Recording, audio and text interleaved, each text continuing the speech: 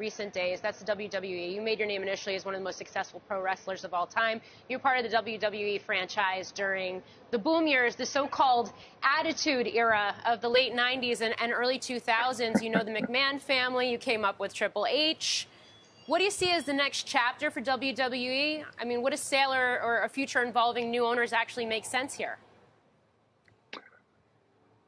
Well, I could tell you this. I could tell you that it's an exciting brand. It's a brand that I've been very fortunate enough to have tremendous success over the decades. And also for your viewers here in the business world who may not know, the lineage goes way back, multi-generational with the WWE. My grandfather wrestled for Vince McMahon Sr. in the 70s. My dad wrestled for Vince McMahon in the 80s. And then I came along with my bad haircut and fanny pack, and I continued to wrestle for Vince too as well. So we've seen tremendous success over the years. I think it's a very attractive company, and I'm excited, and I wish Vince and that company all the best. Yeah, Dwayne, it's David Faber. There are those, and you seem to make this point, that say Vince McMahon will never be able to separate himself from the WWE. So the idea of a sale becomes sort of a difficult to imagine unless somehow it's a buyer who lets him continue to run it and be in charge. Would you tend to agree with that?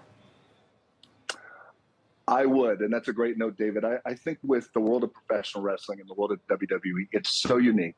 The fan base is very large and very passionate, and there's nothing like the WWE. So I think with the new owners, if there are new owners and acquirers who are going to come in, I think that they have to share that same passion that Vince has for the company and for the world pro wrestling, which isn't always easy to do. As you guys know, with a company like this, it's been so incredibly successful over the years.